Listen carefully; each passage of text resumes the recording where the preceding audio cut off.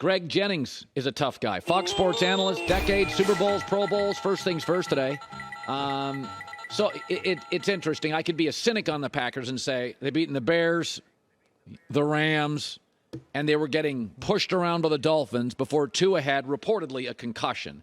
I don't necessarily – I like Minnesota this weekend. I think they've proven they're a very good team, and they're a very good team in close games. And Kirk Cousins, nobody likes him, but he keeps winning a bunch of games. What do you expect from Green Bay? If Christian Watson doesn't play, Greg, boy, there's not a lot of – There we go. To you, that's the key? There we go. That's the key. That's the key. If Christian Watson plays, I actually think that the Green Bay Packers will win this game because of what he's provided and what they're doing right now and the implications that this game provides for them and the chances that it gives them. I don't think that they win out. But I think that this is a game that they can win just because of the way the Vikings have been playing, winning close games, going to Lambeau with a team that is a defense that's playing a little bit better. Yeah. Offensively, you're starting to find guys who can be impact players, none more important than Christian Watson. But if he's not available, I just don't see how the Green Bay Packers can pull this one out. Yeah. Well, when you look at like Justin Jefferson and Kirk Cousins. Kirk, you live in Minneapolis. He gets so much heat. But Greg Cosell was on earlier saying, when the book's closed on Kirk Cousins, you're going to look at a really good quarterback in this league. How do the people in Minnesota, the Minneapolis Star-Tribune, the talk radio, because the national narrative is on Kirk Cousins, limited, don't trust him. But in Minnesota, how do they treat him? How is he viewed? Oh, he's loved in Minnesota, but also you got to think about this league and what we see going on across the league. These young quarterbacks that just look the part and play the part, and they just have a little bit more splash than what Kirk Cousins has. And so obviously there's always comparison of, well, he's not Joe Burrow, or he's not Justin Herbert, or he's not Patrick Mahomes, or he's not Aaron, all these different names. But what he is consistent. Like, he's just consistently getting it done week in and week out. I said this at the beginning of the season that he was my dark horse MVP, not knowing that Justin Jefferson was going to be, like, legitimately the MVP of this team, which then kind of in turn naturally allows Kirk Cousins to kind of be or share a piece of that MVP accolade. So they just find a way to make it work. And the way they find a way to make it work with Kirk is to make sure that he's getting the ball to 1-8. Yeah. Justin Jefferson, just drop back and throw it to that guy, and he'll make you right. Whenever you need him to make you right, he'll make it right.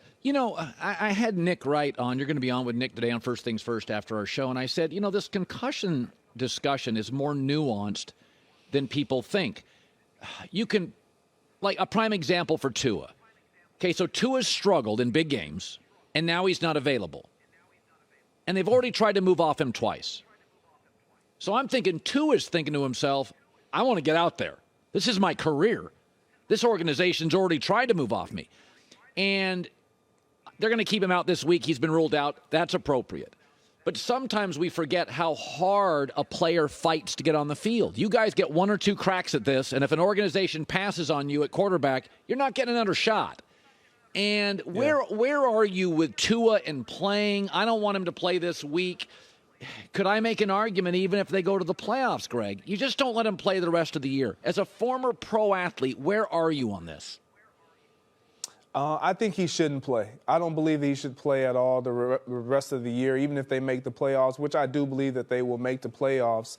I just don't think he understands in this moment. He's young. He hasn't proven enough, per se. And you just mentioned it. He hasn't been able to win in the big moments. There's no bigger moment than right now. Getting your team in, you've dropped 4 or 5 consecutive games. You win and you can get yourself in. This is where quarterbacks make their money. And Tua Tagovailoa has found ways to where, and again, I'm not saying because of his health, but it's been because of his injuries where we haven't been able to see him in some of the most important moments, or he has not performed in some of the most important moments in his young career. But understanding what concussions can do. you have to think beyond the game of football. And when you're young, you don't think about that. You think about, man, this team can move on from me. I haven't been in this situation. Everybody doubts me. I need to get back out there. I feel fine. And so you put yourself, because you're a competitor, you put yourself back out there on the field, or you want to push to get back out there on the field.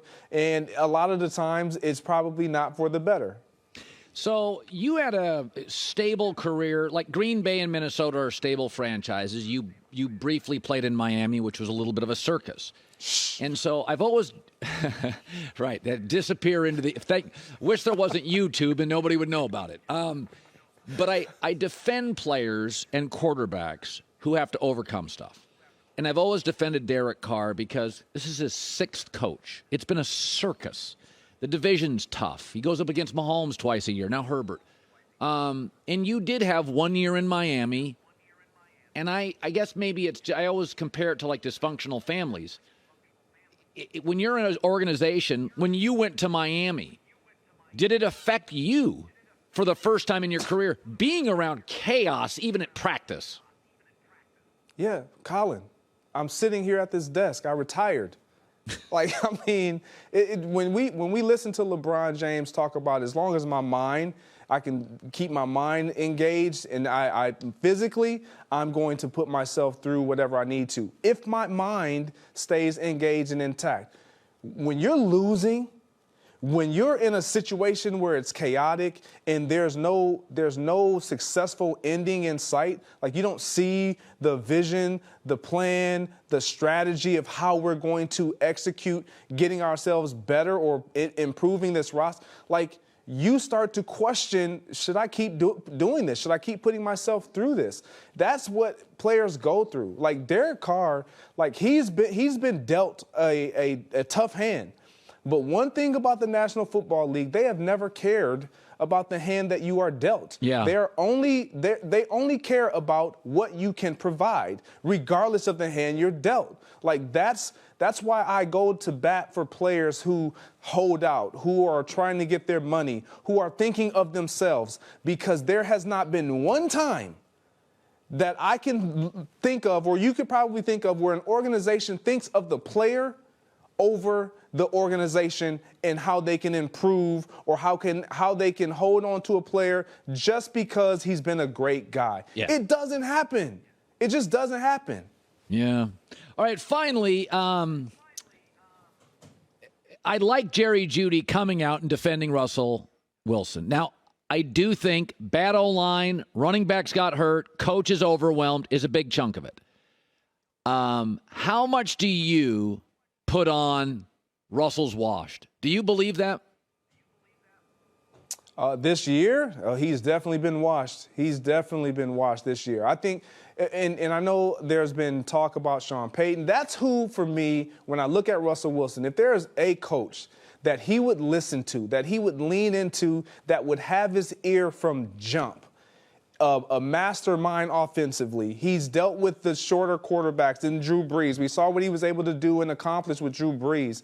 Like, Russell Wilson just needs a reset, a confidence reset. He looks like he lacks belief in his own ability. He talks it, but it doesn't look like he believes what is coming out of his mouth. And yes, I love the fact that Jerry Jeudy and others are standing up to support Russell Wilson. But when we turn on the tape and we see them play on Sunday and Russell Wilson is not performing, and we see the antics or the body language, if you will, of those guys who are standing wide open right in front of Russell Wilson, and he's not stepping into those throws and just making the simple look easy, then I'm sorry, man. It is what it is. Russell Wilson has struggled with the basics of fundamental football at the quarterback position.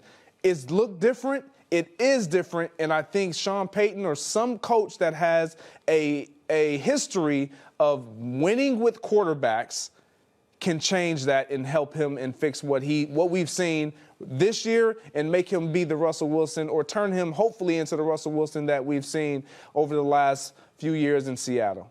All right, Greg Jennings on After Us. First things first, absolute pleasure. I like the Vikings to keep it close and beat Green Bay, but if Christian Watson plays, it's anybody's guess. It's good seeing you again. Thanks for everything, and you have a beautiful family. Health and happiness to all of them. Thanks, man. Hi, everybody. Thanks for watching. Subscribe here to get the latest from the show. Also, be sure to check out more of the best clips from The Herd or go watch a few segments from other shows on FS1.